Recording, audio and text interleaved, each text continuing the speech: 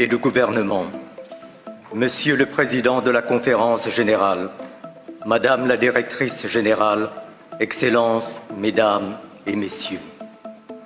Mes premiers mots seront pour adresser mes plus vives félicitations à Son Excellence Monsieur Santiago Irarrázaval Mourão pour sa brillante élection à la présidence de la Conférence générale.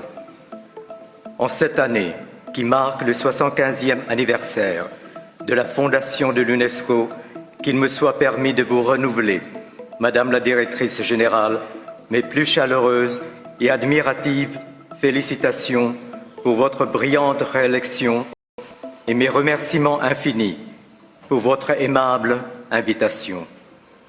La tenue de cette célébration constitue en elle-même un hommage au rôle éminent joué avec dévouement et générosité par l'UNESCO. Permettez-moi également de rappeler le profond attachement que mon pays, le Cambodge, n'a cessé de manifester envers l'UNESCO, agence spécialisée des Nations Unies par excellence.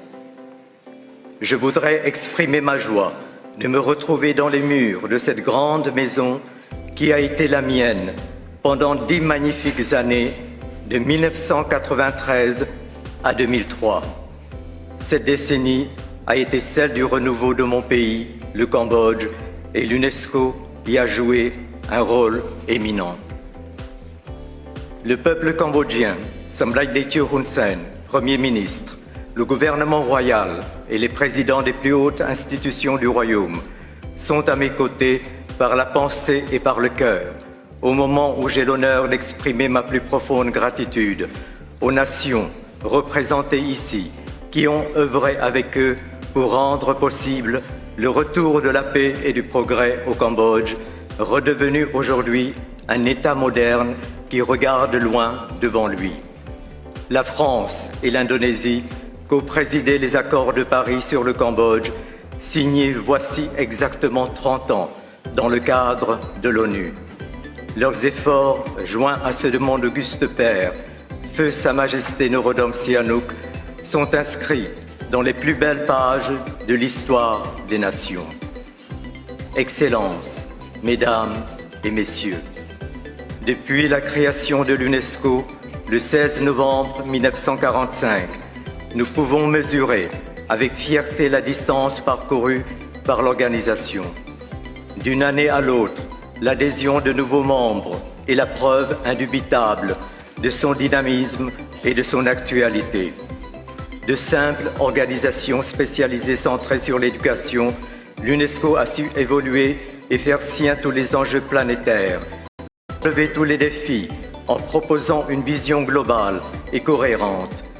L'UNESCO est riche de la diversité des cultures et des civilisations.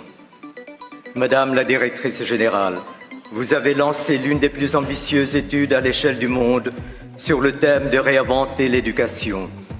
Avec le talent et l'énergie qui lui sont connus, Madame Zahleworg Zewde, présidente de l'Éthiopie, à qui nous présentons nos hommages admiratifs, a dirigé une commission internationale indépendante chargée d'élaborer un rapport mondial sur les futurs de l'éducation.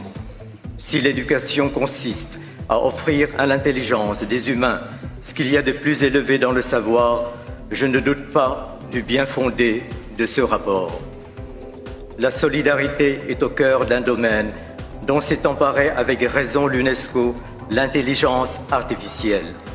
Quel autre forum que celui de l'UNESCO pourrait-il prémunir l'humanité des déviances possibles de l'utilisation de l'intelligence artificielle et relever ce défi à la survie de l'homme libre? Parmi la liste des programmes de l'UNESCO dans mon pays, je voudrais saluer une action de l'organisation qui tient une place spéciale dans le cœur de tous les Cambodgiens. Il s'agit du Comité international de coordination, CIC, un modèle de coopération multilatérale appliqué au temple d'Angkor, de Preah et Sambo Preko.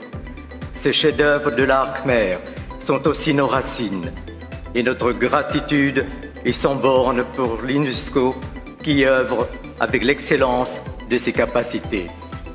Pour terminer, j'adresse mes plus fervents vœux de réussite à cette 41e session de la Conférence générale. Je ne doute pas que les résolutions concrètes adoptées seront autant de réponses aux défis que nous avons relevés et aux enjeux planétaires que nous avons fait nôtres. Je vous remercie de votre attention.